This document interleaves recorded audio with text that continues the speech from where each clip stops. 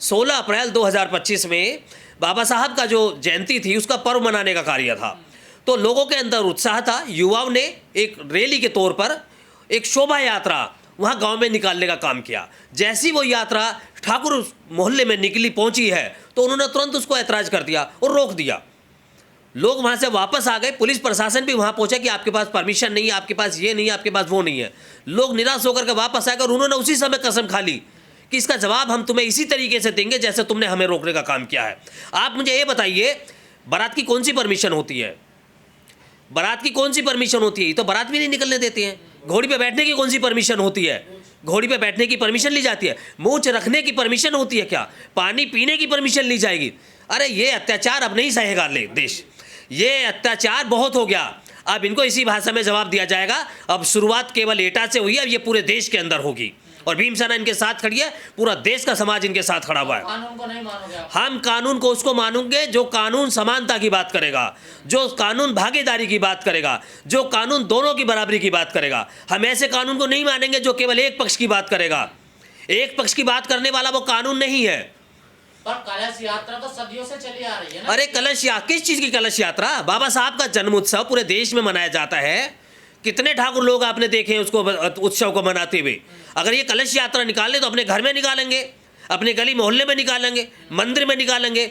दलित आबादी से उसका क्या मतलब है? सड़क पर कब्जा है आपने दलितों का? नहीं, बिल्कुल। अरे हमारे घर के सामने हमारा कब्जा होगा या ठाकुर का कब्जा होगा? हमने अपने घर के सामने उनको रोका है, उनके एरिया में, उनके मोहल्ले में जाकर नहीं रोका।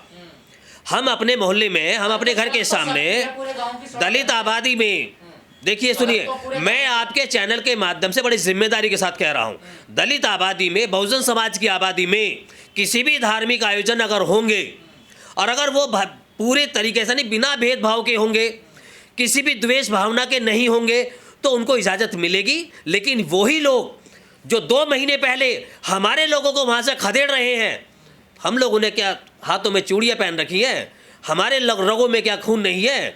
हम लोग क्या, हम उनके वंशज नहीं है कि जिन्होंने इस देश के अंदर शासन किया है? आप इस चीज को बढ़ावा देना चाह रहे हैं? नहीं, देखिए, बढ़ावा नहीं है, ये आज़ादी है, ये स्वतंत्रता है, ये हमारा अधिकार है। हमारे अधिकारों का अगर कोई हनन करेगा तो ये बर्दाश्त नहीं होगा। सब्बीरपुर को भूल गए क्या? सब्बीरपुर, मैं वही बात कर रहा हूँ। देखिए, सब्बीरपुर में भी यही हुआ था। सब्बीरपुर में भी महाराणा प्रताप की जयंती मनाई जाती है, लेकिन रविदास जी की जयंती नहीं मनाई जाती। ये नहीं चलेगा।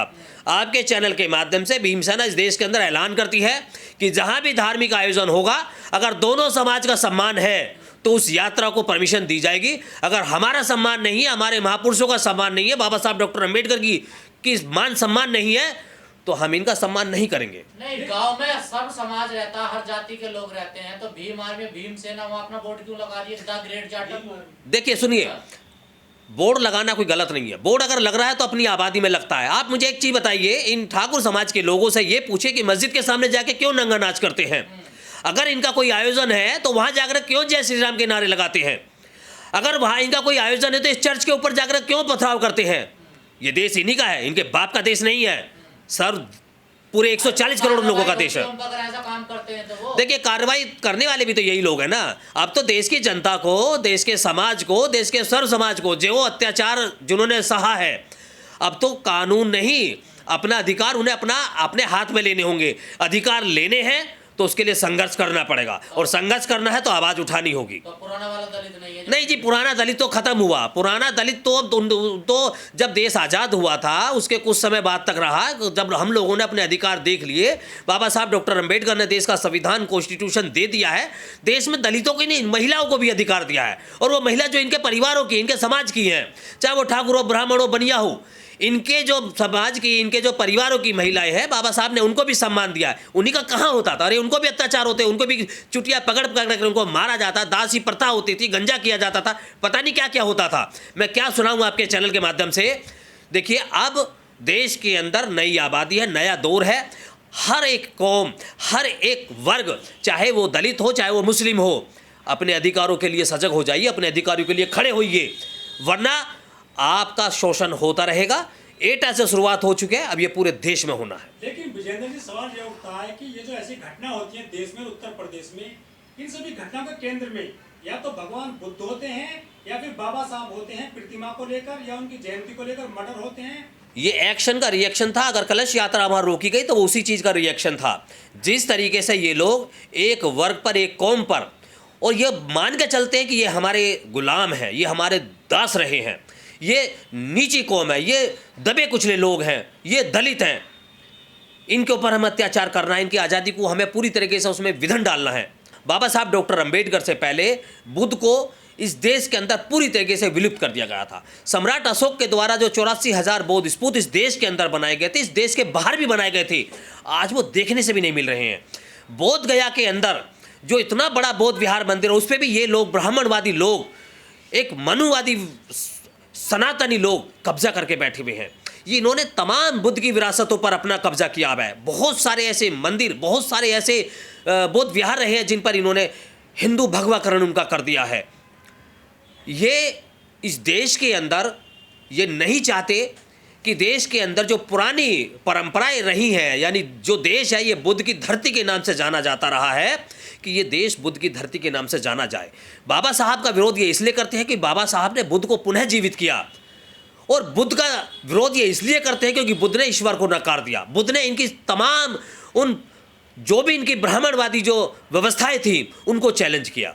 पर बोध गया में तो शिवलिंग की पूजा हो रही है, जय श्री राम के नारे लग रहे हैं, वहाँ के खुद राज्यपाल जिस दिन वहाँ से सत्ता वहाँ से हटेगी, क्योंकि वहाँ नीतीश कुमार सत्ता नहीं चला रहे हैं, वहाँ सत्ता चलाने का काम हो रहा है भारतीय जनता पार्टी का। अगर नीतीश कुमार अगर वहाँ पे इंडिपेंडेंट मुख्यमंत्री होते तो उस बौद्ध विहार को कब का बौद्धिस्टों को दे दिया गया होता, लेकिन उनको अगर नहीं दिया जा रहा है तो उसमें पूरी तरीके से ब्राह्मणवादी जो सोच के लोग हैं, यानी आरएसएस के जो लोग हैं, वो नहीं चाह रहे। एक बौद्ध विहार नहीं है, इस देश के अंदर तमाम इतनी जगह है जहाँ पर इन लोगों ने बुद्ध के ऊपर धार्मिक हिंदूवादी चेहरा लगा करके उसके ऊपर इन्होंने उसका अधिग्रहण कर लिया है। एटा के अंदर जो हुआ ये तो 100 वर्ष पहले होना चाहिए था। अक्सर देखा गया है, चाहे ठाकुर हो या ओबीसी समाज की कुछ अग्रणी जातियां हो, ये अक्सर दलित समाज के जो भी आयोजन होते हैं, चाहे वो शादी का हो, चाहे वो अन्य कोई धार्मिक आयोजन हो, उन्हें हमेशा अड़चन पैदा करने का काम करते हैं। लेकिन अब की बार देश के अंदर इस बहुजन समाज के युवाओं ने, इन क्रांतिकारी साथियों ने इस देश के अंदर नई पहचान बनाने का काम किया और भीमसेना उनका उत्साहवर्धन करती है, और मैं इसको अच्छी नज़र से देखता हूँ। ये तो इस तरीके के कार्य पूरे देश में होने चाहिए।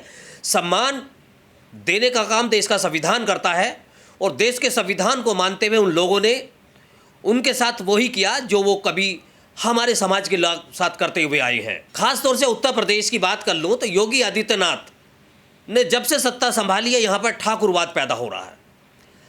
चाहे चौकी हो, थाना हो, जिला हो या मंडल हो, और तो और प्रदेश हो, तमाम जितने भी अच्छे जगह हैं, जितने भी IAS IPS पोस्ट हैं, थाने हैं, वहाँ पर ठाकुरवाद चल रहा है। ठाकुर आज इस देश के अंदर अपने आप को राजा मान के चल रहा है, लेकिन इनकी राजशाही ठाट को धूल में मिलाने का काम एटा के बहुजन समाज ने किया है, और मैं उनका साधुवाद करता हूँ। भीमसेना ऐसे आयोजनों के लिए हमेशा उन सभी साथियों के साथ खड़ी है और आगे भी खड़ी रहेगी जहाँ शोषण के आधार पर समाज की पहचान की जाए या उनको चिन्हित किया जाए। बहुजन समाज इस देश के अंदर बहुसंख्यक है। इस देश के अंदर तमाम आदिवासी जो लोग हैं वो भी इसी समाज का हिस्सा हैं। तो आप अराजकता को बढ़ावा दे रहे हैं? मैं अराजकता को बढ़ावा नहीं दे रहा, मैं संविधान को बढ़ावा दे रहा हूं, और संविधान इस चीज़ की इजाज़त देता है कि अगर आपके साथ में कोई शोषण कर रहा है, आपका साथ अत्याचार कर रहा है, तो आप उसको उसी भाषा में जवाब दीजिएगा कि आज़ादी संविधान देता है, और मैं इसीलिए संविधान की बात कर रहा हूँ। चेक करने की आज़ादी कौन देता है आप लोगों को? परमिशन चेक तो हमारी होती आई है अब तक। इस देश के अंदर 14 अप्रैल बाबा साहब का पर्व पूरे देश के अंदर मनाया जाता है, दुनिया में भी मनाया जाता है, लेकिन जैसे ही भारत से बाहर हम जाएंगे वहाँ कहीं कोई परमिशन चेक नहीं होती। इंडिया में आते ही परमिशन चेक होनी शुरू हो जाती हैं। कांवड़ यात्रा अब 1 महीने बाद, 2 महीने बाद निकलेगी और लेके उत्तराखंड से बम्बई महाराष्ट्र तक पहुँचती है। कितनी परमिशनें चेक होती हैं, कौन आता है वहाँ चेक करने के लिए? ये केवल हमारी ही परमिशन चेक होती हैं। अब ये नहीं होगा। इस देश के अंदर बहुजन समाज जाग रहा है, अब हम परमिशन उनकी चेक करेंगे। धार्मिक कार्यों को रोकोगे आप लोग? देखिए कोई भी धार्मिक कार्य हो, धार्मिक कार्य तो अपनी आबादी में मनाएंगे ना, अपने मोहल्ले में मनाएंगे। जब हमारे लोग उनके एरिया में जाते हैं तो उनको वो रोकने का काम करते हैं, तो उनको क्या ज़रूरत है हमारे एरिया में आकर के वो अपने धार्मिक कार्य करें? अरे हमारा समाज, बहुजन समाज देश के अंदर उन रूढ़िवादी परंपराओं को नहीं मानता। जब नहीं मानता है तो दूसरे लोग कौन होते हैं कि हमारे ऊपर ज़बरदस्ती मनवाने का काम करें? आपको याद होगा तो आप भी कौन होते हैं परमिशन चेक करने वाले? तो पुलिस प्रशासन का काम है ना, देखिए वो चेक करेगा किस पे परमिशन है किस पे नहीं है। हमारे लोगों ने, उनको हाथ में ले रहे हैं। देखिए सुनिए, हमारे लोगों ने कोई परमिशन चेक नहीं की है।